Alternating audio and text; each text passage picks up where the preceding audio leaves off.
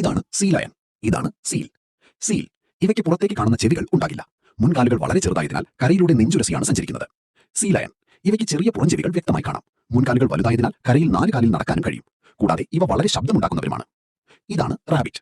ഇതാണ് hair. Rabbit നമ്മൾ വളർത്തുന്ന സാധാരണ മുയലുകൾ ചെറുതാണ്. ഇവ മണ്ണിൽ മാളങ്ങൾ ഉണ്ടാക്കി ജീവിക്കുന്നു. ജനിക്കുമ്പോൾ കണ്ണുകൾ തുറന്നിരിക്കില്ല, ശരീരത്തിൽ രോമവും ഉണ്ടാകില്ല.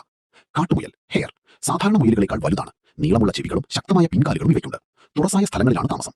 ജനിക്കുമ്പോൾ തന്നെ രോമവും കാഴ്ചശക്തിയും ഉണ്ടായിരിക്കും. ഇതാണ് സ്നീൽ. ഇതാണ് സ്ലഗ്. ഒച്ച് ശരീരത്തിന് മുകളിൽ കട്ടിയുള്ള ഒരു തോടുണ്ടായിരിക്കും. അപകടം തോന്നുമ്പോൾ ഇവ അതിനുള്ളിലേക്ക് ഒളിച്ചിരിക്കും.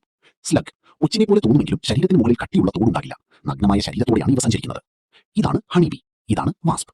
തേനീച്ച ശരീരത്തിൽ ചെറിയ രോമങ്ങൾ ഉണ്ടായിരിക്കും. പൂക്കളിലെ തേൻ ശേഖരിക്കുകയാണ് ഇവയുടെ പ്രധാന ജോലി. ഒരു തവണ കുത്തിയാൽ കുത്ത് ചർമ്മത്തിൽ കുടുങ്ങുകയും തേനീച്ച പിന്നീട് ചത്തുപോകുകയും ചെയ്യും. കടന്നൽ ശരീരം മിനുസമുള്ളതും രോമങ്ങളില്ലാത്തതുമാണ്. മറ്റു ചെറിയ പ്രാണികളെ വേട്ടയാടിയാണ് ജീവിക്കുന്നത്. ഇവയ്ക്ക് ഒരാളെ പലതവണ കുത്താൻ കഴിയും. അതുകൊണ്ട് തന്നെ കുത്തിയ ശേഷം ചത്തുപോകാറില്ല. ഇതാണ് ബ്ലാക്ക് ലെപ്പേർഡ്. ഇതാണ് ബ്ലാക്ക് പാന്തർ. ബ്ലാക്ക് പാന്തർ ഇതൊരു പ്രത്യേക മൃഗത്തിന്റെ പേരല്ല.